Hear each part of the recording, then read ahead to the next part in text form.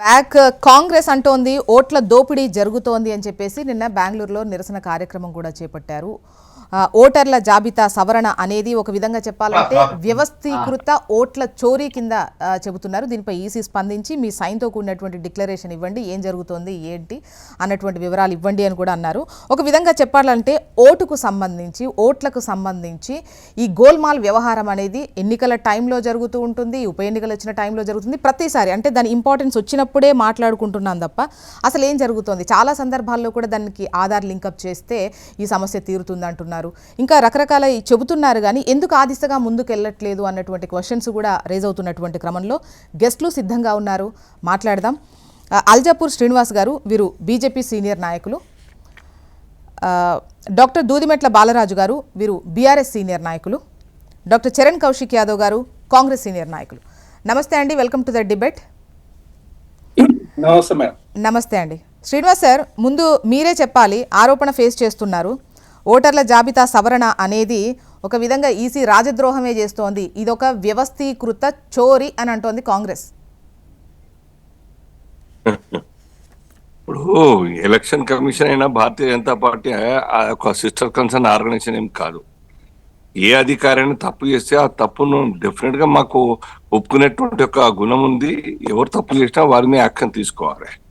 కానీ కాంగ్రెస్ పార్టీ ఇప్పుడు మేల్కొల్పుతో కనువిపోతుంది. ఎన్నోసార్లు మేము మా యొక్క సర్కార్ హయాంలో కూడా ఎలక్షన్ కమిషన్ కు ఫిర్యాదు చేసింది ఉన్నది.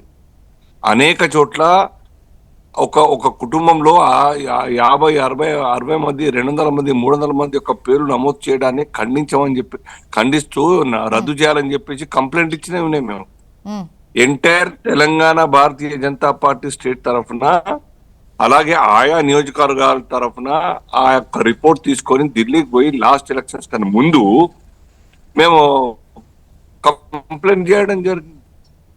కొన్ని చోట్ల మాత్రం కొన్ని కట్ చేసినారు పేర్లు, కొన్ని చోట్ల అట్లాగే ఉండిపోయినాయి. మీరు చూడండి ఎటువంటి కుటుంబాల్లో ఎటువంటి బస్తీల్లో ఆ పేర్లు ఉంటున్నాయి. మరి చూడండి, కావాలని ఎన్నికల్లో గెలవడానికి చేసేటువంటి ఒక ప్రక్రియలో భాగంగా కొన్ని శక్తులు, మైనార్టీ శక్తులు అన్ని కూడాను ఆ రకంగా నమోదు చేస్తుంటారు. లేకుంటే వాళ్ళకు పురికొల్పి నమోదు చేసే ప్రక్రియ మా ప్రత్యర్థులు చేస్తూ ఉంటారు.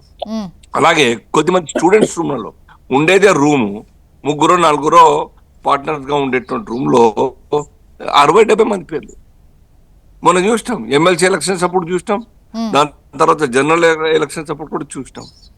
కొన్ని చోట్ల హౌస్ నంబర్స్ లేకున్నా కానీ ఇప్పటికి వాళ్ళు కూడా చూపించిన హౌస్ నంబర్స్ లేవని చెప్పి 0 అని చెప్పి చూపించినారు. ఇవన్నీ కూడా ఎలక్షన్ కమిషన్ కావచ్చు, లేకుండా లోకల్ గా ఈ ఓటర్స్ ఎన్యూమరేషన్ ఎవరు చేస్తారండి? లోకల్ అధికారులే కదా, ఎవరైనా కానీ. సో ఇదంతా కూడా స్టేట్ గవర్నమెంట్ కావచ్చు, లేకుంటే ఎలక్షన్ కమిషన్ సంబంధించినటువంటి అధికారులు కావచ్చు, వారి యొక్క ఎంప్లాయీస్ కావచ్చు, చేసేటువంటి తప్పులో భాగమే ఇవంతా కూడా. వాళ్ళు అంటే శ్రీనివాస్ సార్, ఇదే అంశానికి సంబంధించి గతంలో సుప్రీం కూడా అంటే ఈసీని క్వశ్చన్ చేస్తూ, అంటే ఇది సవరణ చెయ్యొద్దు అని చెప్పడం కాదు, బట్ మీరు తీసుకున్నటువంటి టైం ఎప్పుడు అనేది కూడా ఒక క్వశ్చన్ రేస్ చేసింది. ఇప్పుడు ఎలక్షన్ కమిషన్ నోటిఫికేషన్ ఎలక్షన్ కన్నా ముందు ఎన్రోల్మెంట్ కోసం టైం ఇస్తుంది, అడిషన్ డెలిషన్ కోసం టైం ఇస్తుంది, అలాగే నా అడ్రస్ చేంజ్ ఆఫ్ అడ్రస్ కోసం అవకాశం ఇస్తుంది. ఇవన్నీ కూడా ఇప్పుడు కొత్తగా వచ్చింది కాదు. కాంగ్రెస్ సర్కార్ ఉన్నప్పుడు ఆయా రాష్ట్రాల్లో కావచ్చు, దేశంలో కావచ్చు, వాళ్ళ అధికారం ఉన్నప్పుడు ఇటువంటి నోటిఫికేషన్ వస్తూ ఉండింది కదా. మరి అప్పుడు ఈ ఆలోచన మీకు రాలేదేమి?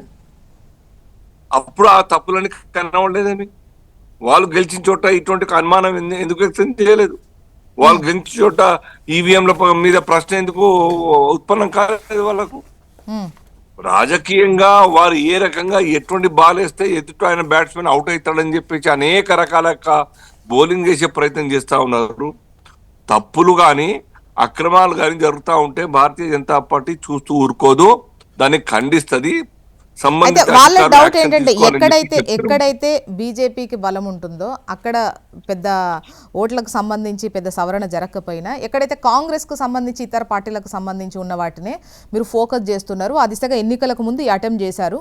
సో ఇలా చేయాలి అనుకుంటే మీరు ముందు నుండే ఉండేది ఈ సవరణ ఎవరికి వాళ్ళు వ్యక్తిగతంగా చేసుకోవడం, అక్కడ 2 ఓట్లుంటే తొలగించుకోవడం, 1కి 2 ఏమన్నా కంప్లైంట్స్ 1, 2 వస్తే అవి జరుగుతూ ఉంటాయి. అది ప్రతి ప్రాంతంలో వాళ్ళ ఎన్నికల టైంలో జరుగుతుండేటివి, రెగ్యులర్ ప్రాక్టీస్ అది. సో ఇది సవరణ టోటల్గా ఈసీ తీసుకున్నటువంటి పెద్ద కార్యక్రమం కదా ఇది. ఇది మంచిది, ఒక ధైర్యవంతమైన నిర్ణయమే కదా. ఇప్పుడు చూస్తున్నాం కదా, బీహార్లో వేలు లక్షల యొక్క ఓటర్స్ అంతా కూడా ఏ రకంగా వాళ్ళు ఎన్రోల్ చేయించి ఉన్నారు, ఏ రకంగా దాని ప్రభావం ఎలక్షన్స్ మీద, నిజమైన ఎలక్షన్ జరిగేటువంటి అవకాశం ఉన్నది చూడండి మీరు. సిమిలర్లీ అదే పరిస్థితి హైదరాబాద్ లో ఉంటే అదే పరిస్థితి ఇంకా అనేక రాష్ట్రాల్లో కూడా ఉంటాయి, యూపీలో కావచ్చు, ఇంకా ఎక్కడైనా కావచ్చు, కర్ణాటకలో కావచ్చు. ఓకే. సో దీన్ని ప్రక్షాళన చేయడం, తప్పుని సరిదిద్దడం ఇది మంచిదా కాదు చెప్పండి. టైం ఎప్పుడైనా కావచ్చు.